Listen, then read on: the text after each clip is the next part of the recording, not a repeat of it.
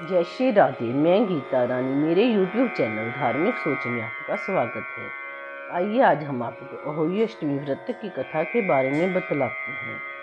अगर आपको मेरी कहानियाँ अच्छी लगी तो मेरे चैनल को लाइक, शेयर और सब्सक्राइब करें और आने वाली नई वीडियोस की वो नोटिफिकेशन के लिए बेल बटन दबाना ना भूलें और कमेंट सेक्शन में राधे राधे जी जरूर लिखें। पूरे विश्व भर में अपनी अनोखी परंपराओं तथा संस्कृति के लिए जाना जाता है। ये देश त्योहारों का देश है और सभी त्योहार हमारे संस्कारों तथा वैदिक परंपराओं को आज की पीढ़ी तक पहुंचाने का एक माध्यम है। इनमें से एक त्योहार अहोई अष्टमी का है, जिसमें सभी माताएं अपनी संतान की दीर्घ आयु और मंगलमय जीवन के लिए उपवास रखती हैं। अहोई अष्टमी की कहानी। अहोई अष्टमी व्रत पर्व से संबंधित विभिन्न पुरानी कथाएं प्रचलित हैं। इन कथाओं को पूजा करते समय स्त्रियां एक दूसरे को सुनाती हैं। अहोई अष्टमी से संबंधित प्रचलित दो कथाएं हैं।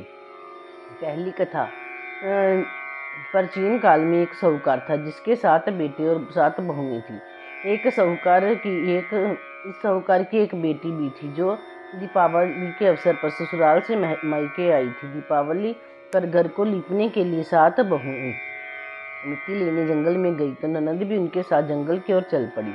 साहूकार की बेटी जहाँ से मिट्टी ले रही थी उसी स्थान पर सियाहू शाही अपने साथ बेटों के साथ रहती थी। खोदते हुए गलती से साहूकार की बेटी ने खुरपी से सियाहू का एक बच्चा मार दिया।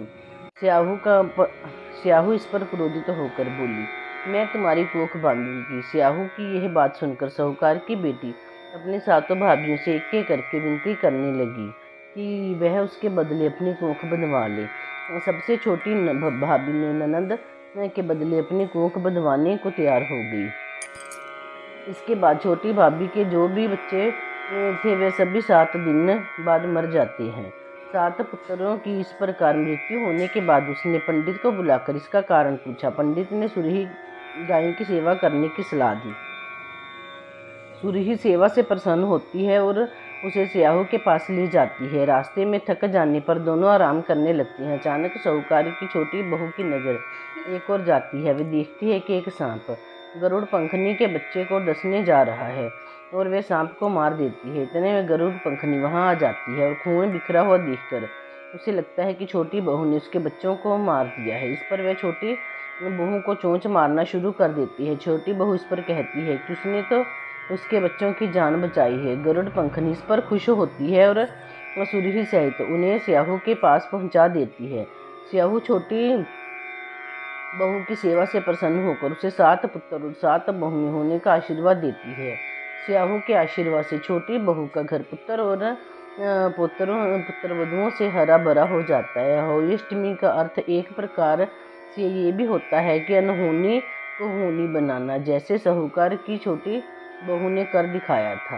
अहोई अष्टमी की दूसरी कथा। दंत कथा के अनुसार एक बार एक औरत अपने 7 पुत्रों के साथ एक गांव में रहती थी। एक दिन कार्तिक महीने में वे औरत मिट्टी खोदने के लिए जंगल में गई। वहां पर उसने गलती से एक पशु के शावक की अपनी कुल्हाड़ी से हत्या कर दी। इस घटना के बाद उस औरत के 7 पुत्र एक के बाद एक मृत्यु को प्राप्त हो गई। इस घटना से दुखी होकर उस औरत ने अपनी कहानी गांव के हर एक औरत को सुनाई।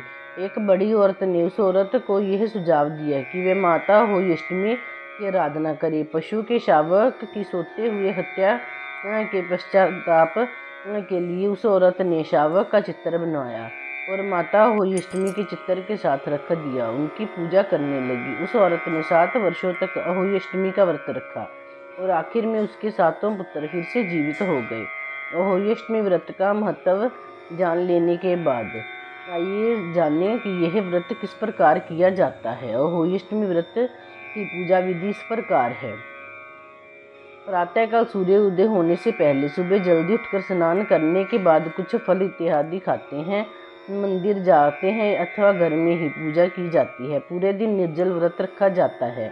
शाम के समय बच्चों के साथ बैठकर अहोई अष्टमी माता की पूजा करते हैं। दीवार पर अहोई अष्टमी माता की तस्वीर बनाते हैं अथवा एक कैलेंडर लगाते हैं। शाम को तारा निकलते नहीं उसको जल व खाना अर्पण करके ही व्रत खोला जाता है। बोलो होली अष्टमी की जय।